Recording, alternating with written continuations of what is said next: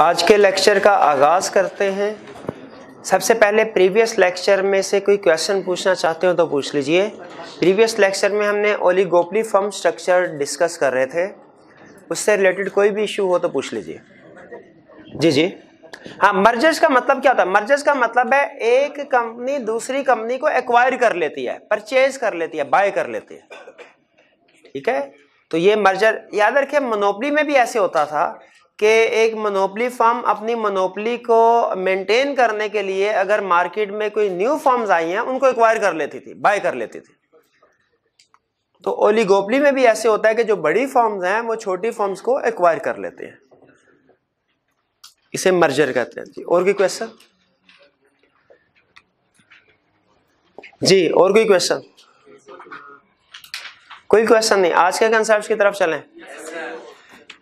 चलिए, आज हम कल के लेक्चर में हमने ये पढ़ा था कि जो ओलिगोपोली फर्म स्ट्रक्चर है इसमें मार्केट में दो में से कोई एक सिचुएशन हो सकती है। या तो ओलिगोपोली की फर्म आपस में मिलके बिजनेस करेंगी, या ओलिगोपोली की फर्म जो है वो आपस में मिलेंगी नहीं बल्कि अलग अलग अपनी strategies, pricing, output decision set करेंगी, डिसाइड करेंगी।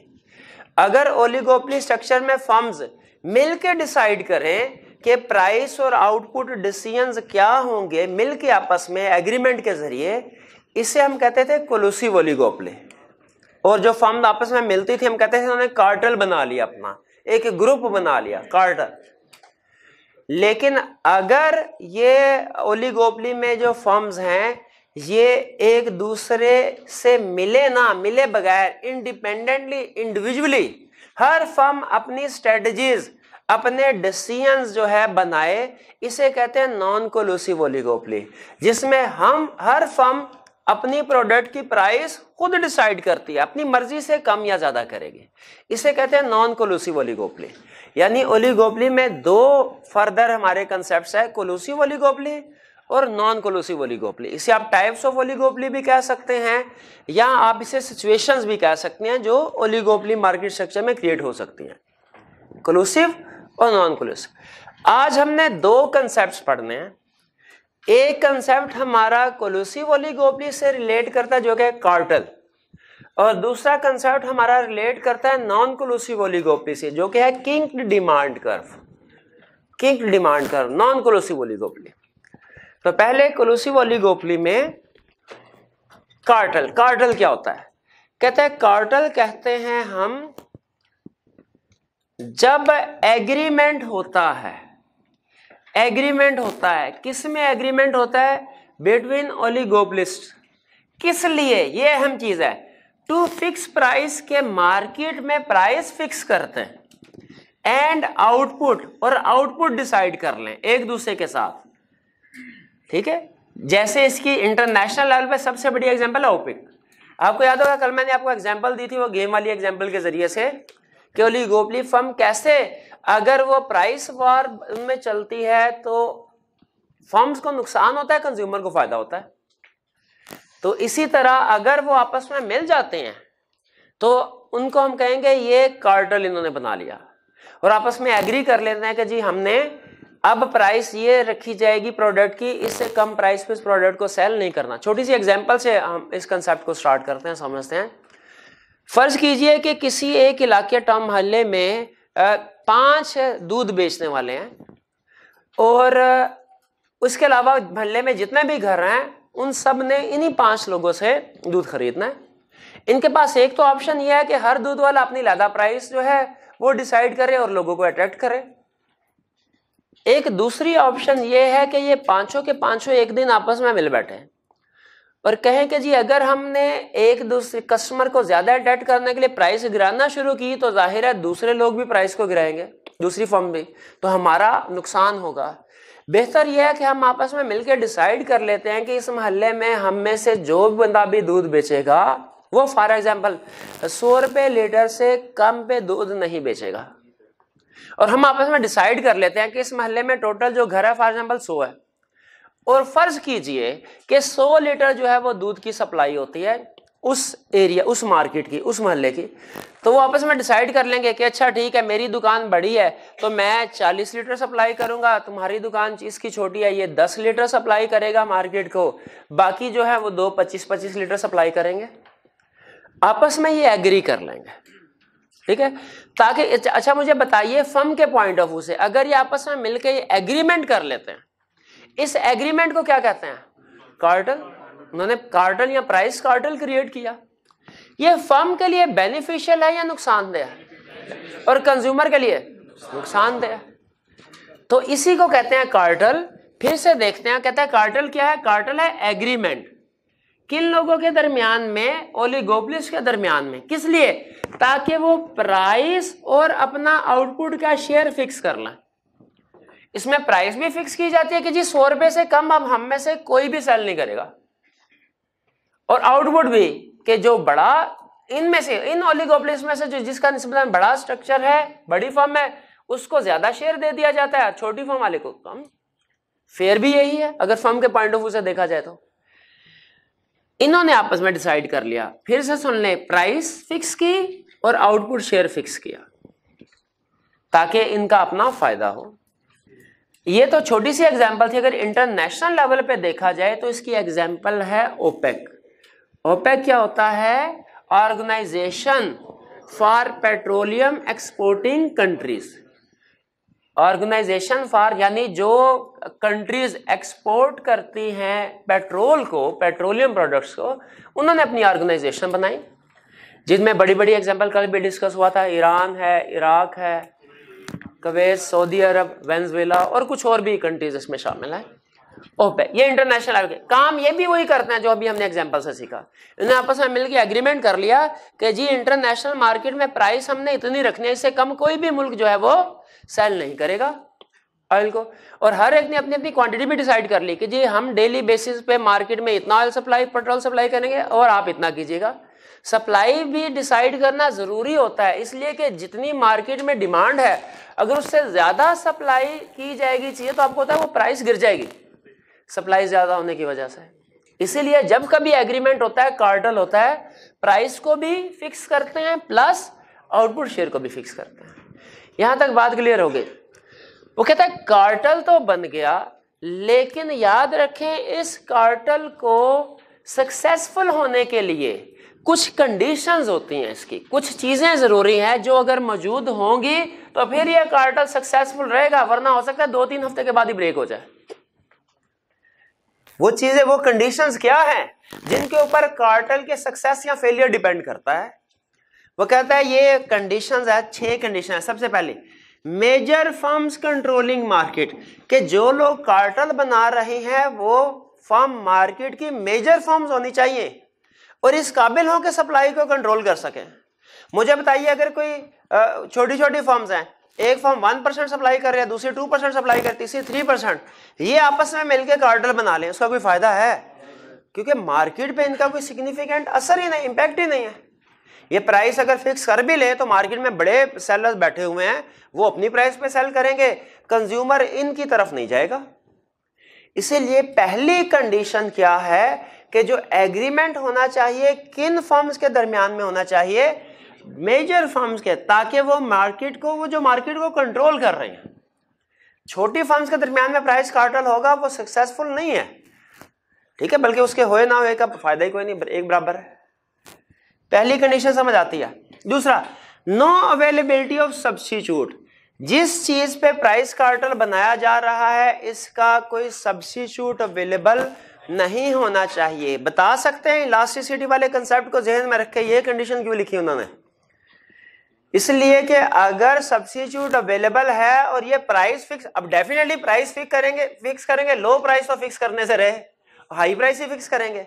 अगर ये प्राइस फिक्स करते हैं कार्टेल में तो फिर कंज्यूमर सब्स्टिट्यूट की तरफ मूव कर जाएगा। अगर सब्स्टिट्यूट अवेलेबल है तो पहले क्या कंज्यूमर को घेर के मारना है। पहले तो फर्म बड़ी होनी चाहिए जो पूरी सप्लाई को कंट्रोल करे, दूसरा कोई सब्स्टिट्यूट गुड भी नहीं होनी चाहिए ताकि कंज्यूमर दूसरी तरफ ना शिफ्ट कर जाए। फिर इसका price elasticity of demand, demand क्या होनी चाहिए? इनइलास्टिक, कि कहीं ऐसा ना हो हम प्राइस बढ़ाएं तो कंज्यूमर उसको छोड़ के भाग जाए। अब देखिए हमने जो ओपेक की एग्जांपल लिया, आप खुद बताइए, आप अगर जाके सर्च कर लीजिएगा, ये जो हमने कुछ कंट्रीज के नाम लिए, ये पूरी दुनिया में तकरीबन 75% के करीब जो पेट्रोल पूरी दुनिया कंज्यूम करती है, ये चंद एक कंट्री प्रोड्यूस कर रहे हैं। क्या हमारी पहली कंडीशन पूरी होती है? Major firms controlling market. दूसरा, नो अवेलेबिलिटी ऑफ सब्स्टिट्यूट। अब देखिए करंटली पेट्रोल का सब्स्टिट्यूट अवेलेबल नहीं है, इलेक्ट्रिसिटी के तजर्बे हो रहे हैं, सोलर एनर्जी के तजर्बे हो रहे हैं, लेकिन अभी उनको मार्केट नहीं किया गया, तो इसका फिलहाल कोई क्लोज सब्स्टिट्यूट अवेलेबल नहीं है। फिर इसके अलावा डिमांड इन इलास्टिक। आप खुद बताइए पेट्रोल की डिमांड इलास्टिक या इन इलास्टिक है? इलास्टिक है, जाहिर है ट्रैवलिंग के लिए यूज होता है सबसे, तो इसकी डिमांड इन इलास्टिक है। इसीलिए गवर्नमेंट भी जब गवर्नमेंट अपना रेवेन्यू बढ़ाना होता है, आप देखते हैं कि वो पेट्रोल की दो चीजों की प्राइस बढ़ाती है, पेट्रोल की और इलेक्ट्रिसिटी की, और दोनों की डिमांड इन इलास्टिक है। तीनों कंडीशन पूरी। फिर is with which supply can be control. वो कहता है कि आपको इस काबिल होना चाहिए कि सप्लाई को आसानी के साथ कंट्रोल कर लें। सप्लाई को, जैसे मिनरल रिसोर्सेज होते हैं, इनकी सप्लाई को आसानी से कंट्रोल किया जा सकता है। जरूरत के वक्त हो सकता है ज्यादा निकाल लें, या जरूरत के वक्त हो सकता है सप्लाई कम कर लें। लेकिन फर्ज कीजिए मिनरल रिसोर्सेज ना हो, एग्रीकल्चर प्रोडक्ट हो। अब एग्रीकल्चर प्रोडक्ट पे फर्म की कंट्रोल नहीं है, क्योंकि वो तो डिपेंड करता है इन्वायरमेंटल कंडीशंस पे। ठीक है, अगर इन्वायरमेंटल कंडीशंस अच्छी हैं, अगर बारिशें धूप वगैरह जो है वो टाइम पे मुनासिब तरीके से हैं, तो फिर सप्लाई ज्यादा हो जाएगी। और अगर कोई डिजीज आ जाती है, कोई डिजास्टर, नेचुरल डिजास्टर हो जाता है, उस सूरत में सप्लाई कम हो जाएगी।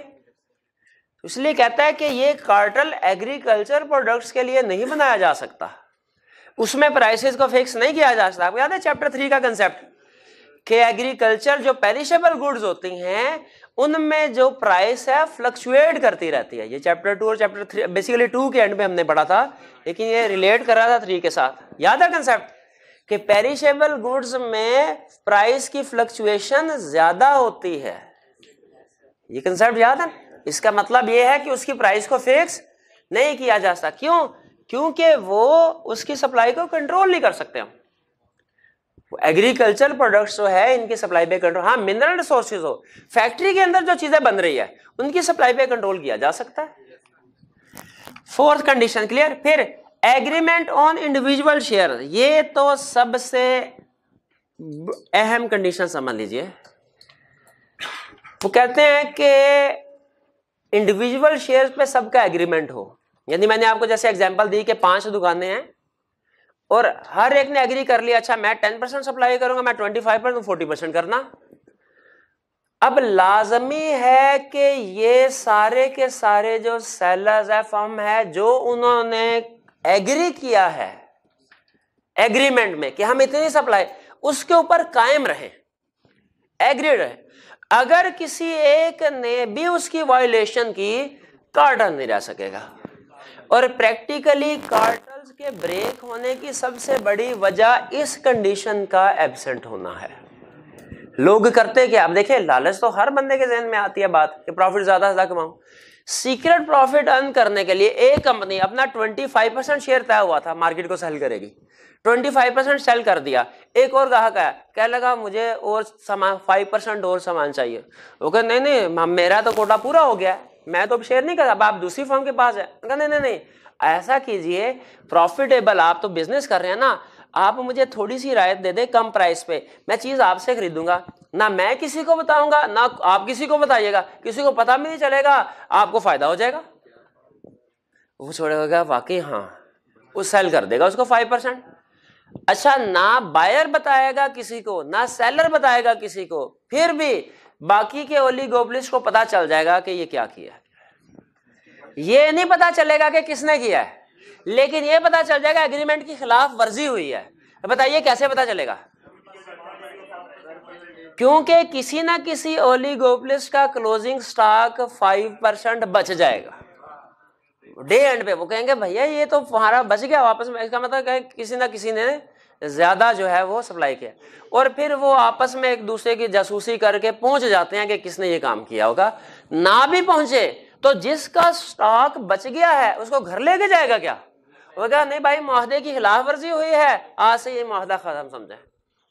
तो कहता है जरूरी है कार्टेल को सक्सेसफुल रहने के लिए कि जिन फर्म्स ने एग्री किया है अपने इंडिविजुअल शेयर उस पे कायम भी रहें, सीक्रेट प्रॉफिट के चक्कर में अपने एग्रीड शेयर से ज्यादा सेल ना कर दे, वरना कार्डल फारिग है।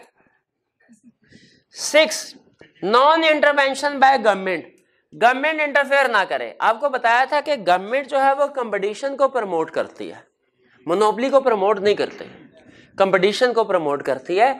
इसीलिए अक्सर मुल्कों में ये जो प्राइस कार्टेल है इसे इलीगल करार दिया जाता है, ठीक है। और कुछ केसेस में अगर ये रिटर्न फॉर्म में एग्रीमेंट सामने आ जाए तो जिन जिन लोगों ने साइन किए होते हैं उनको सजा भी हो सकती है। तो अब जाहिर है इस सूरत में वो क्या करते हैं, वो ज़बानी कलामी एग्रीमेंट कर लेते हैं। लेकिन अगर गवर्नमेंट अच्छी हो ना, वो कमीशन वाली ना हो, अच्छी गवर्नमेंट, उसको ज़बानी कलामी एग्रीमेंट का भी पता चल जाता है। आपको एक छोटी सी टाइम है आज, तो एक छोटी सी एग्जांपल आपको बताता हूं। हम प्रैक्टिकली एक क्लाइंट का ऑडिट करने के लिए गए, वहां पे उस क्लाइंट का तरीकाकार क्या था, उसने जब कोई चीज परचेज करनी होती थी तो वो अखबार में इश्तिहार देता था कि जी हमें ये चीज परचेज करनी है, जो जो लोग सप्लाई करना चाहते हैं अपनी कोटेशन भेजें, जिसकी कोटेशन सबसे कम हुई ना हम उसको ऑर्डर इशू करेंगे। तो होता क्या था, हम देखते थे कि हमेशा 3 कंपनीज जो हैं बड़ी, तीनों बड़ी कंपनीज थी, उनका ही ऑर्डर पास होता था। और इंटरेस्टिंगली वो हमेशा तीनों की तीनों एक ही प्राइस कोट करती थी, 125.35 पैसे फॉर एग्जाम्पल। हम बड़े हैरान होते थे। हमने एक दफा जब उनका कोई बंदा आया, वैसे क्लाइंट के साथ भी हेलो गपशप की, हमने कहा सर जी ये चक्कर क्या है, बिड का मतलब तो ये होता है कि 3 सप्लाई, हर बंदा अपनी अपनी कोटेशन देगा। अब ये कैसे हो सकता है कि सारे के सारे एग्जैक्ट एक ही अमाउंट की कोटेशन दे रहे हो। कहने का सर असल में इन लोगों को पता है कि हमें जो सामान चाहिए ना उसके सबसे बड़े सप्लायर ये 3 हैं, बाकी छोटे छोटे या बाकी चीजों को सप्लाई करते हैं, लेकिन जितना बड़ा हमारा ऑर्डर है ना, कंपनी बड़ी थी, उतना ये 3 ही सप्लाई कर सकते हैं। अब अगर ये तीनों अपनी डिफरेंट प्राइसेस कोट करें तो हम सबसे कम वाले को ऑर्डर देंगे, इसमें हमारा फायदा है। ये लोग क्या करते हैं, ये जब भी ऑर्डर देने लगते हैं इकट्ठे एक जगह पे बैठ जाते हैं और डिसाइड करते हैं कि क्या ऑर्डर देना, और कह देते हैं कि जी हम तीनों में से जिसने भी प्राइस कोट करनी है ये वाली प्राइस कोट करेगा। अब फर्ज कीजिए वो उस प्राइस से ज्यादा है जो कि वो कंपनी एक्सपेक्ट कर रही होगी, लेकिन चूंकि सबकी प्राइस सेम होती है तो मजबूरन क्या करते थे, वो सबको इक्वल 1/3 ऑर्डर इशू कर देते थे। अब ये भी एक तरह से कार्टेल की एग्जांपल है। अब देखिए क्या उस कंपनी वालों को पता नहीं चल गया। अब जाहिर है ऐसा होना तो पॉसिबल, चले एक आध दफा मान भी ले, ये इत्तेफाक से हो गया, हर दफा ऐसा हो पॉसिबल थोड़ी है। तो अंदाजा हो जाता है, चाहे ये एग्रीमेंट रिटर्न फॉर्म में ना भी हो तो गवर्नमेंट अगर पकड़ना चाहे पकड़ सकती है इनको। इसलिए वो कहते हैं कि गवर्नमेंट को सक्सेसफुल कार्टेल के लिए जरूरी है कि गवर्नमेंट इंटरफेयर, यानी दूसरे लफ्जों में क्या कह रहा है कि गवर्नमेंट ने कार्टेल को इलीगल करार ना दिया हो। अगर गवर्नमेंट ने कार्टेल को इलीगल करार दिया है तो फिर ये कार्टेल नहीं चल सकेगा, ये कभी ना कभी हुकूमत के शिकंजे में आ जाएंगे। कंडीशन क्लियर हो गई। कार्टेल कहते किसको है, एग्रीमेंट। कौन करता है, मोनोपोली। किस लिए करते हैं, सॉरी ओलिगोपोलिस्ट करते हैं। किस लिए करते हैं, प्राइस और आउटपुट शेयर फिक्स करने के लिए। एग्जाम्पल क्या है, ओपेक। कंडीशंस क्या है, सक्सेसफुल प्राइस कार्टेल के लिए कह रहे हैं मेजर फर्म्स होनी चाहिए जो मार्केट को कंट्रोल करें, सब्स्टिट्यूट अवेलेबल नहीं होना चाहिए, डिमांड इनइलास्टिक होनी चाहिए, सप्लाई आसानी के साथ कंट्रोल कर सके, आपके कंट्रोल में हो, कंट्रोल से बाहर ना हो। जैसे एग्रीकल्चर प्रोडक्ट्स, एग्रीमेंट हर पार्टी इंडिविजुअल शेयर पे एग्री करे और उसी पे सप्लाई करे, उससे ज्यादा या कम ना करे, और गवर्नमेंट इंटरफेयर ना करे। प्राइस कार्टेल की कंडीशन क्लियर हो गई।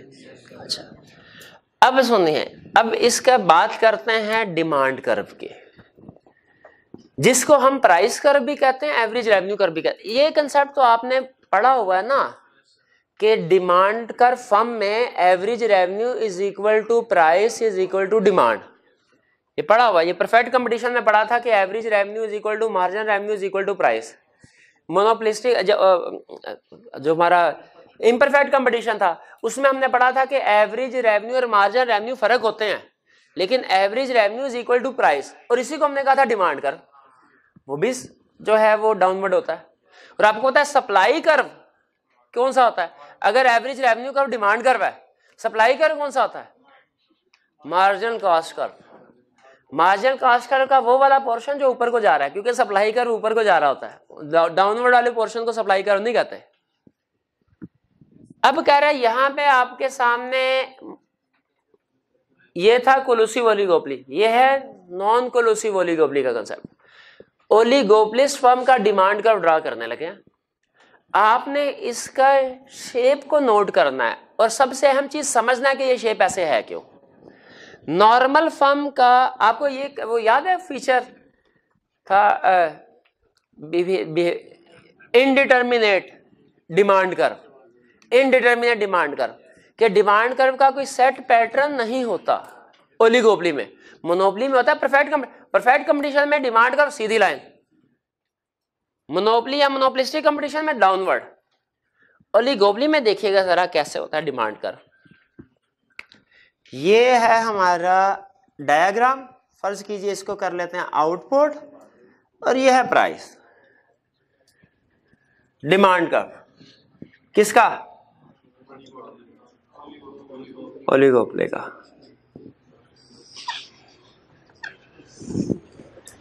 ये है डिमांड कर्व। देखें शेप चेंज कर रहा है, यहां इस कोने पे आके इस कोने पे आके शेप चेंज कर रहा है। इसको किंग्ड केफार की किंग्ड का जरा डिक्शनरी मीनिंग देखिए क्या होता है। किंग्ड KINGED किंग्ड, किंग्ड का क्या इसका मतलब ये होता है जिसे हम पंजाबी में कहते हैं कुब्बा होना। कुब्बा, कुब्बा लफ्ज नहीं सुना कभी? ये जो हमारे बूढ़े लोग होते हैं थोड़ा सा झुके लाठी के साथ ऐसे ऐसे करके चलते हैं, तो हम उन्हें कहते हैं ये बाबे का कुब निकला हुआ है, ठीक है। देखिए कोई यही मतलब होता है। तो देखिए ये उस तरह का, ये थोड़ा सा जरा इसका झुकाव वाला बन रहा है शेप। हाँ ये है डिमांड कर्व। अब जरा सुनिए जी, अजीब सा, चलें अजीब सा, अजीब सा जी बिल्कुल। अब देखिए इस पॉइंट को कहते हैं के फॉर किंग्ड, के फॉर कुब। ये है हमारा कुब, इसका किंग्ड। हाँ ये है, ये कुब्बा सारा कुब ये है, ये पॉइंट इसको कहते हैं किंग्ड। किंग किंग के से शो करते हैं। तो ये है डिमांड कर्व। अब देखिए ये अजीब सा क्यों है भाई? परफेक्ट कंपटीशन का तो कर्व था सीधा डिमांड कर्व या average revenue curve. Imperfect competition का था डाउनवर्ड। ये भी समझ आता है, ये भी समझ ये अजीब सा है अभी, क्योंकि हमें समझ नहीं है, हमने समझा नहीं है इसको, हमें अभी फिलहाल अजीब सा लग रहा है। अब देखिए वो कहता है कि ओलिगोपोली फर्म का डिमांड कर्व ऐसा क्यों होता है किंग वाला। वो कहता है प्राइस हमेशा इस जगह पे प्रिवेल करेगी। ये ओलिगोपोली ने हमेशा प्राइस क्या रखी होगी अपनी प्रोडक्ट की, ये वाले इस पे ऑपरेट कर रही होगी। रीजन सुनिए, पहले देखें इसके दो शेप्स में फर्क क्यों है। ये शेप डिफरेंट है, नीचे वाली शेप, ऊपर वाली शेप डिफरेंट क्यों है, इसकी रीजन सुन लें।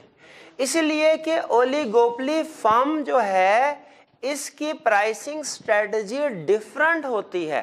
पहली चीज, ये अपनी प्राइसिंग स्ट्रेटजी के लिए क्या कंपेटिटर्स को जहन में रखती है, नजर में रखती है, और ये जहन में रखे ये नॉन कोलूसिव है, कोलूसिव नहीं है। नॉन कंपेटिटर को जहन में रख, बताइए कंपेटिटर्स अगर प्राइस डिक्रीज कर दे तो ये क्या करेंगे, ये प्राइस डिक्रीज कर देंगे। अब मुझे बताइए क्या प्राइस डिक्रीज करने से, गौर से सुनिएगा, प्राइस डिक्रीज करने से ओलिगोपोली फर्म को कोई फायदा हुआ? नहीं हुआ। उसका टोटल रेवेन्यू बढ़ा? नहीं बढ़ा। इसका मतलब ये हुआ डिक्रीज प्राइस पे इसकी डिमांड इनइलास्टिक है। नहीं समझ आई, दोबारा सुने। देखें इनइलास्टिक डिमांड का कंसेप्ट क्या पड़ा था कि प्राइस चेंज होने से टोटल रेवेन्यू चेंज ना हो, थोड़ा सा चेंज आए मामूली सा, जैसे यहां पे भी चेंज आ रहा है मामूली सा। सुने, प्राइस डिक्रीज के केस में जो ओलिगोपोली फर्म है इसकी डिमांड इनइलास्टिक होती है। क्यों? रीजन सुने, खुद सोचें, ओलिगोपोली फर्म ने प्राइस डिक्रीज की, कंपेटिटर क्या करेगा, प्राइस डिक्रीज कर देगा, कस्टमर फिर उधर ही रहेगा जो जिधर था, टोटल रेवेन्यू पे ज्यादा फर्क।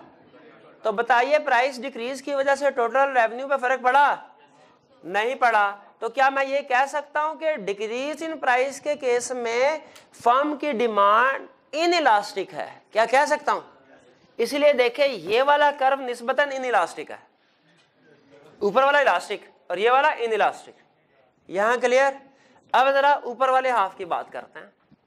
मुझे बताइए अगर ओलिगोपोली वाली फर्म अपनी प्राइस इंक्रीज करती है, अपनी यानी ऊपर की जाती, नीचे को नहीं ऊपर को जाती है, कंपेटिटर क्या करेगा, प्राइस उधर ही रखेगा, तो क्या होगा, कस्टमर क्या होगा हमारा, उधर शिफ्ट हो जाएगा। इसका मतलब ये हुआ कि अगर ओलिगोपोली फर्म प्राइस इंक्रीज करे उसका टोटल रेवेन्यू डिक्रीज हो जाएगा। अब बताइए इसका क्या मतलब हुआ, जब हाई प्राइस हो तो डिमांड इलास्टिक होगी कि इनइलास्टिक, इलास्टिक। इसीलिए देखिए ओलिगोपोली फर्म का प्राइस इंक्रीज हायर प्राइस पे डिमांड इलास्टिक, लोअर प्राइस पे डिमांड इनइलास्टिक। चूंकि ये प्राइस चेंज होने से इलास्टिसिटी चेंज हो रही है, इसीलिए इस कर्व के दो हिस्से बनते हैं। हायर इन प्राइस वाला कर्व जो होता है वो होता है इलास्टिक, और लोअर प्राइस वाला पोर्शन जो होता है वो होता है कर्व एक ही, उसी कर्व पे हायर प्राइस पे डिमांड इलास्टिक और लोअर पे इनइलास्टिक। इसीलिए ये फर्म सोचते, क्या सोचते हैं, कहते हैं यार अगर प्राइस कम करें फायदा कोई नहीं होना, प्राइस ज्यादा करें नुकसान होना है। प्राइस कम करें फायदा कोई नहीं होना, प्राइस ज्यादा की तो नुकसान, इसीलिए हम इसी प्राइस पे बिजनेस करते रहते हैं। तो ये प्राइस होती है जो मार्केट में प्रिवेल करती है। भाई क्लियर हो ये बात? अब किंग डिमांड कर्व क्लियर हो गया।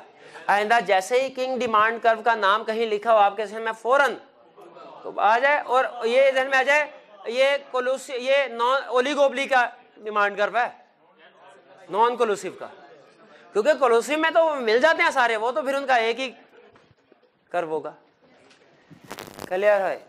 अब कहता है भैया ये मुझे इक्विलिब्रियम बताओ, हर एक का इक्विलिब्रियम बनाते रहे हो, क्या ओलिगोपोली का इक्विलिब्रियम नहीं बनाओगे? कहा बिल्कुल इक्विलिब्रियम बनाएंगे, लेकिन देखें इस किंग डिमांड कर्व की वजह से इक्विलिब्रियम में देखें क्या फर्क आता है। अब जितना को आई कैप ने हमें सिखाया है मैं भी उतना ही सिखा रहा हूं, उससे ज्यादा नहीं सिखाऊंगा, उससे ज्यादा जितना आई कैप ने सिखाया उतना ही सिखाना चाहिए ना। बता दूंगा कि इस कहानी में आगे क्या हो सकता है, लेकिन आपने उसको कुछ ट्राई नहीं करना। हाँ वो क्या कहते हैं, वो डोंट ट्राई एट होम।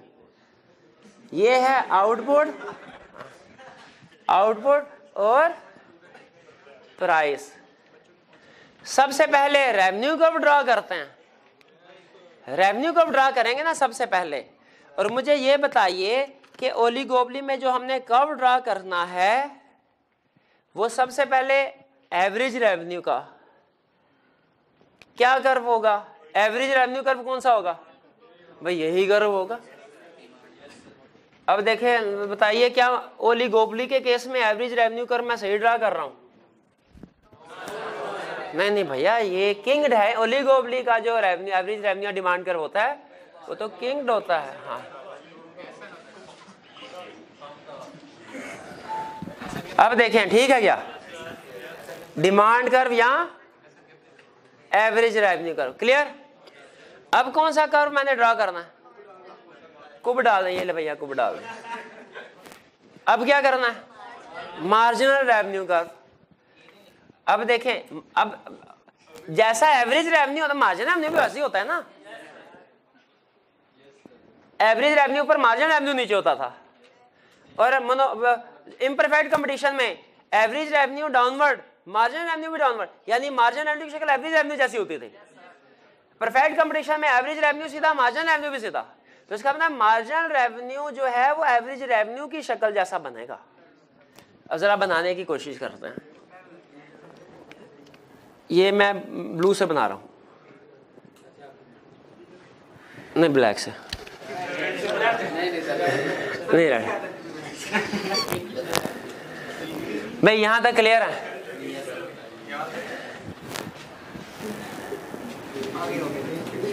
थोड़ा सा आगे। ये है मार्जिनल रेवेन्यू कर्व। अब आप कहें सर ये समझ आता है, एक जैसा, ये भी समझ आता है, एक जैसा है, ये नहीं समझ आता ये क्या, ठीक है? हाँ, इसको वो कहते हैं कि जैसे ही marginal revenue curve kinked point पे पहुंचेगा, इसमें डिसकंटिन्यूटी आ जाएगी। क्या आ जाएगी? ये क्या है? डिसकंटिन्यूटी। और फिर ये थोड़ा सा नीचे से उसको फॉलो करेगा, लेकिन कुछ गैप के लिए, कुछ डिस्टेंस के लिए मार्जिनल रेवेन्यू कर्व में डिसकंटिन्यूटी आ जाएगी। क्या आ जाएगी? डिसकंटिन्यूटी। ठीक है, इसलिए उसकी रीजन पीछे क्या है कि हमने इक्विलिब्रियम यहां पे रखना है। आपको पता है प्राइस यही फाइनल होगी ना, प्राइस तो यही फाइनल होगी। मैंने जब सिर्फ एवरेज रेवेन्यू को ड्रा किया था ना इक्विलिब्रियम में, और कुछ भी ना करें, आप उसी वक्त बता सकते हैं सर ये प्राइस फाइनल होगी। तो इसीलिए ताकि हमारा इक्विलिब्रियम पॉइंट हमेशा इसी पॉइंट पे आए, हम ये डिसकंटिन्यू बनाते हैं, डिसकंटिन्यूटी। और अब बताइए जो मार्जिनल कॉस्ट को ड्रा करूंगा कहां से गुजरेगा? इसके दरमियान से। छा गए? ये मार्जिनल कॉस्ट का। तो देखिए इक्विलिब्रियम पॉइंट ये आया, और ये हमेशा यही प्राइस आएगी। ठीक है भाई, ये क्लियर हो गया? डायग्राम खत्म। हाँ सॉरी, के लिख दें।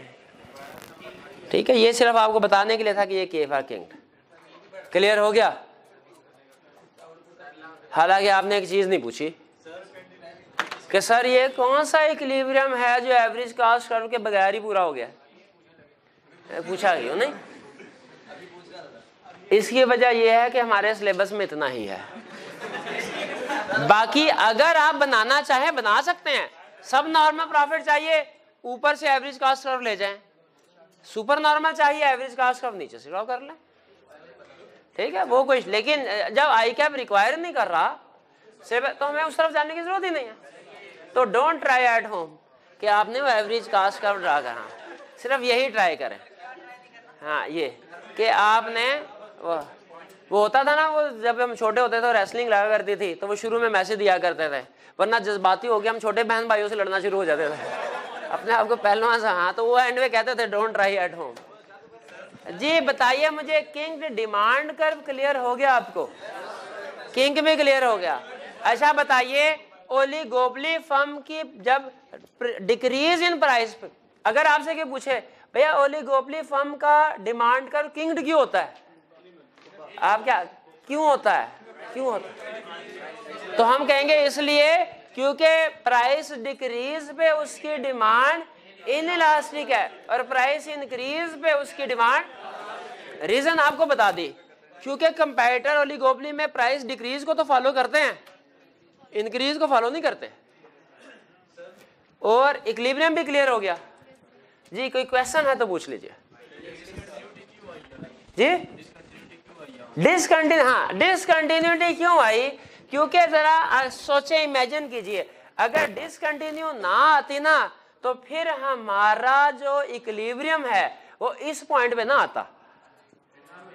बना के देख लें, बना के देख ले, वो हमारा इक्विलिब्रियम फिर इस पॉइंट पे ना आता। इसीलिए डिसकंट, ताकि हमें ये रीजनेबल स्पेस मिल जाए, हमने इसमें से मार्जिनल कॉस्ट कर्व को गुजारना जी। और कोई क्वेश्चन? और कोई क्वेश्चन नहीं है? चलिए, इस कंसेप्ट के साथ हमारा जो चैप्टर 5 है वो कंप्लीट हो गया। लेकिन याद रखिए एमसीक्यूज अभी हैं, और कल के लिए, कल के लेक्चर में पहले 25 एमसीक्यूज डिस्कस करेंगे, उसके बाद इंशाल्लाह हम नेक्स्ट लेक्चर की तरफ जाएंगे।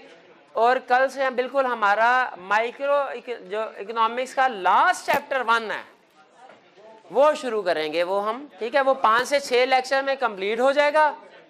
हाँ जी बिल्कुल। और फिर जो मैक्रो इक्विलिब्रियम है उसमें चैप्टर्स की तादाद ज्यादा है लेकिन वो चैप्टर छोटे छोटे हैं, वो 3-4 दिनों में एक चैप्टर कंप्लीट हो जाता है।